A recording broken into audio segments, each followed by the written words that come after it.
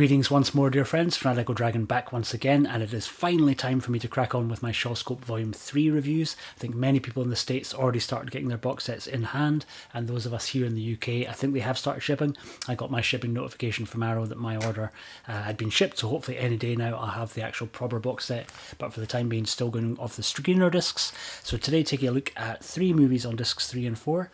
We have The Lady Hermit from 1971, Intimate Confessions of a Chinese Courtesan from 1972, and The 14 Amazons, also from 1972. Going to do these slightly out of order, so we're going to go Lady Hermit first, then I'm going to jump to 14 Amazons, and then we'll save the best for last and look at Chor Yun's Intimate Confessions of a Chinese Courtesan towards the end. But I'll try and keep this fairly brief. I think my first 2 disc reviews was about half an hour. We'll see if we can rattle through this one a bit faster. So, Lady Hermit, directed by Ho Ming-hwa, probably most well known as the director of The Oily Maniac and The Mighty Peking Man, The Flying Guillotine, and the first 2 Black Magic movies, Black Magic 1 and Black Magic 2. Definitely his interest often strayed into kind of horror and fantasy, and you see a little bit more of that here, though it is very much still a wuxia movie. Billed largely as being a Chang Pei-Pei movie, though I would say she's maybe got a slightly smaller role than we've seen in some of her other films. Maybe the purist in me would have loved to see Chang Cheh's Golden Swallow, but I think Shout already grabbed the rights to that one. It was on one of the Shout Shaw Classics Volume 1 box set, I think. So unfortunately that one had been taken away, so Arrow didn't have a chance. I don't know if they'd considered doing that in place of Lady Hermit, because I think Golden Swallow is a slightly better movie, and a nice sort of passing of the torch film between Chang Pei-Pei over to Jimmy Wang Yu, and it would have followed on really nicely from the 2 One-Armed Swordsman movies. But as it stands, Lady Hermit's still pretty serviceable. Though it pales in comparison to the Chor Yun movie that is also on the same disc, but does star Chang Pei-Pei, Lo Lei, and a newcomer, Xie Zhu, who's playing Xu Ping, and really arguably it's kind of her movie. She is a kind of young swordswoman searching for a legendary master known as the Lady Hermit, who's been played by Chang Pei-Pei. Eventually tracks her down, and after a little bit back and forth is accepted into as being her student. She then slightly confusingly takes a student herself, which is Lo Lei, and there's a little bit of a love triangle goes on that I've seen a few people railing against and saying that it slows the movie down. I think it's as much a drama as it is a wuxia movie. They're going up against the Black Demon, who's been played by Wang Shi, and ultimately it's a bit of a case of our main 2 heroines going up against the gang at the end and kind of trying to stop them in their tracks as the self-proclaimed #1 school of Kung Fu, or the #1 martial arts school in the martial world, and they're a pretty bad bunch, and so they're set to try and take them down. Choreography is okay, it's pretty serviceable. Editing's not amazing, so you will see it's a little bit clunky in places, particularly in kind of some of the wee sort of jump cuts they use to kind of show people jumping up to high distances or moving out of the way of kind of blades being thrown at them. But choreography was by Lung Soo Chung, who also does the 14 Amazons, which is why I'm going to jump onto it next. And for me, isn't quite up to the levels that we would see from the choreography that we saw over the One-Armed Swordsman movies. So it does feel a little bit like a step down after coming off the mighty highs of those first 3 One-Armed Swordsman movies. But like I say, it's still pretty serviceable, and the new transfer that Arrow have done looks absolutely glorious. I'll include a little clip here as I'm speaking, so you can kind of get a chance to see from kind of Arrow's own clips that they've been putting out. You can there's a blink and you'll maybe miss him cameo from my very young Sammo Hung as one of the Black Demon's gang. And the beautiful artwork that's been made on the menu screen and in the book is by the wonderful Lan Shidi, aka Uncle Frank Productions. Always a treat seeing him doing more stuff for Arrow. He previously did the Region A releases of Sherilyn Plot and the One-Armed Boxer, and also one more that I'm forgetting, Knockabout. For them, he had a sort of trinity of 3 movies that he did already, and it's great seeing him doing more stuff in the martial arts realm. He does a huge amount of horror movies, and his work there is glorious. But yeah, I really enjoy his cover that he's done that graces the menu page. Extras wise, we have one commentary. It's by James Mudge, who did quite a lot of commentaries for the Shout Shaw Brothers box sets. I think he writes for Eastern Kicks, and he clearly is a slightly bigger fan of the movie than I am, so his commentary really entertaining because he's certainly enjoying getting a chance to kind of revisit the movie and makes an awful lot of the connections by the fact that it does have a little bit of a toe in kind of horror and fantasy, particularly at the beginning, and it's quite gory as far as wuxia movies go. There's a lot of blades going into eyeballs and that sort of business. So yeah, pretty good. A good way to start off our kind of trilogy of 3 very female-focused movies that discs 3 and 4 represent. But we will jump very quickly onto the 14 Amazons from 1972, directed by Chen Kang. This is a very big budget, huge cast, kind of mighty epic tale. It tells the story of the Yang family. The Yang family, if you've seen 8 Diagram Pole Fighter, it's the kind of massacre of the Yangs at the beginning that leaves Alexander Fusheng losing his mind and Gordon Liu out for revenge. And this is a very different telling of that story. It does start in a slightly similar way, where we kind of see the massacre of most of the men from the Yang family at the beginning. They were kind of well-regarded patriots, and their story has been told countless times through many TV shows and other movies. And for me, this isn't quite up to the dizzying heights of 8 Diagram Pole Fighter. It's a much less sombre affair than 8 Diagram Pole Fighter, but a very, very big, kind of spectacular production. So a huge cast, but basically after the men are all slaughtered in the first few minutes of the movie, it's up to the Yang family's women to kind of get together and kind of go up against the forces that have ultimately kind of taken all the men from their family down, which they ultimately do. Lo Lei is there as kind of one of the evil generals. You'll see Bolo Young as well as kind of a quite fun Bolo Young performance. It's kind of the big heavy in that gang. But for me, little bit clunky. It's kind of one of the weaker entries on Volume 3.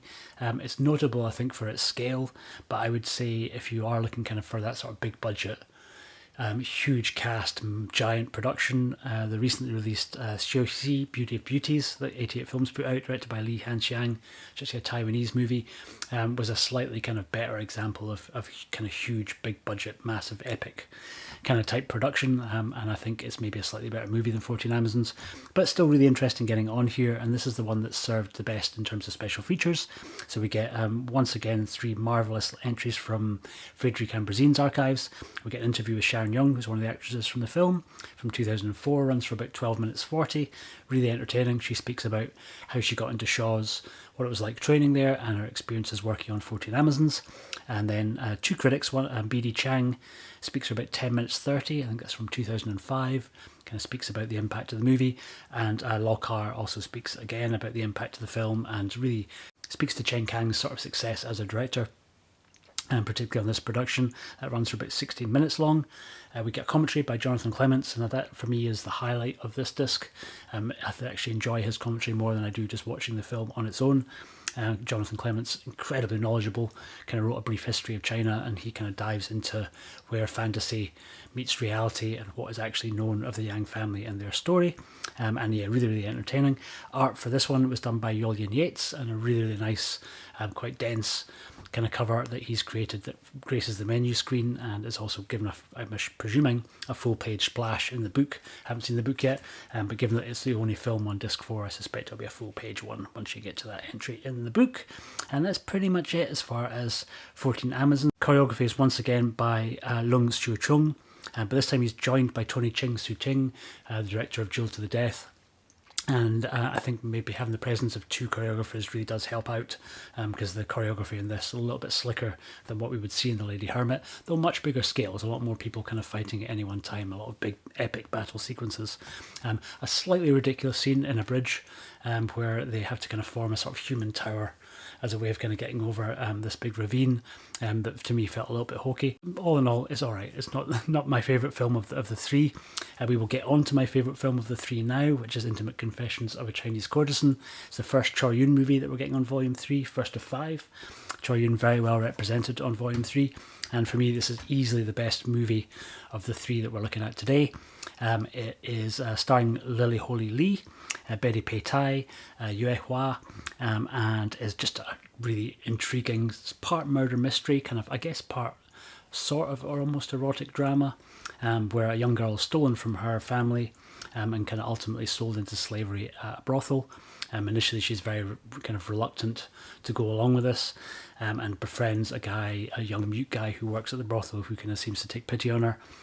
When he is, spoiler, killed during a sort of an initial, quite early breakout attempt to try and kind of get her out of the brothel, she ultimately decides that the path of least resistance is probably better.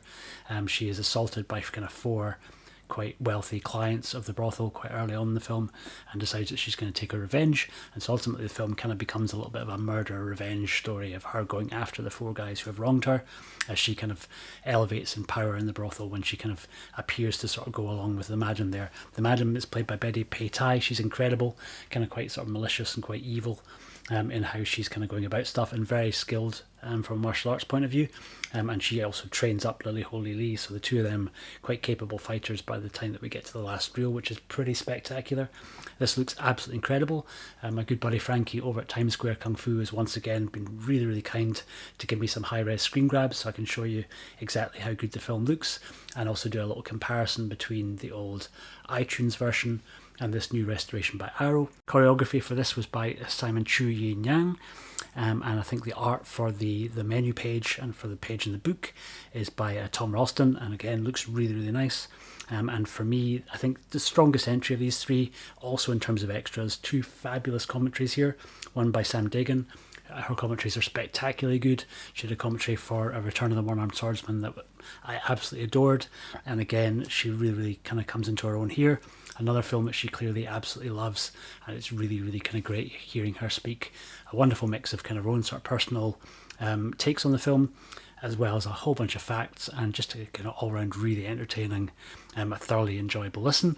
Other commentaries by Tony Raines, and there's a little bit of overlap in terms of some of the facts, but Tony Raines goes off into a slightly different direction and speaks a little bit more about Chor Yun's career. I think he was already quite a master at this point. He directed about 80 films before he came to Shaw's, and so very much a sort of master craftsman already, and you really see it here, the difference in how well he's shot and edited the choreography. When you do see kind of the action staged, it's much, much better in terms of how it's been realised, how it's been shot, and particularly with how it's been edited. It's still got a lot of trampoline work for the jumps and things, but it's a lot slicker here and works an awful lot better. So our kind of 2 female leads really are the ones that lead the charge. I'm going to dive into this for a little bit of an extra kind of wee insight into the film. This is the oral history of Chor Yun, so Chor Yun in his own words essentially. This is still in print from the Hong Kong Film Archive, and it is in English. I would highly recommend that you get it. It's not as fat as the Chang Che book, but a really, really entertaining read. And I'll read you a little bit about what he says about Intimate Confessions. It says, Intimate Confessions had a brilliant script which gave me a lot of messages and inspirations. Back then, new recruits to Shaw's, such as myself, would often be given a pile of bottom scrap scripts from which to choose our projects. I chose Chu Kang Qian's Intimate Confessions of a Chinese Courtesan because I liked the idea. You can never expect that love could be such a powerful weapon to exact vengeance. I built the entire film around this concept. When Lily Ho exacted her revenge, it was by means of erotic love, to make love to her enemy and kill the old men. At the end, when Betty Pei killed Lily Ho, spoilers, it was also by means of love. Kiss me one more time, and she died. I discussed the script with Chu Kang Chen and suggested some changes, to which he agreed. Chu was outstanding. I spoke to Mr. Shaw about the script, pointing out that Lily Ho should not practice any martial arts in the film, which would make the story more persuasive. All she needed to do was kill with love. But then swordsman films were such a rage, so Mr. Shaw was not to be persuaded. Apart from the script, the performance of both Lily Ho and Betty Pei was also brilliant. Betty Pei came to Hong Kong with a Taiwanese song and dance troupe and was introduced to me by one of the actors at Shaw's. When it came to casting for the film, I suggested using her. Mr. Shaw was a bit unsure about her at first because hers would be a rather meaty role, but Betty Pei was intelligent and learnt fast. Towards the end, her acting was head-to-head with Lily Ho. Her display of vicious coldness was simply amazing. The fact that this film generated so much interest internationally had much to do with these two actresses. It's hard to find actresses like them these days. So yeah, that's from Chor Yun in his own words. So for me, absolutely the highlight of this this cluster of 3 movies.